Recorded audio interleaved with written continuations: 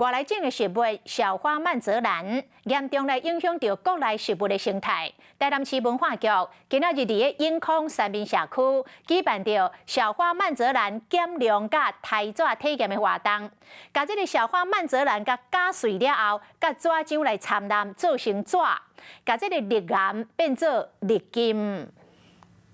台南市文化局今仔日伫咧永康三民社区举办旧西澳减量台纸的体验活动，希望透过请旧西澳将社区民众和学校的资源串联做伙，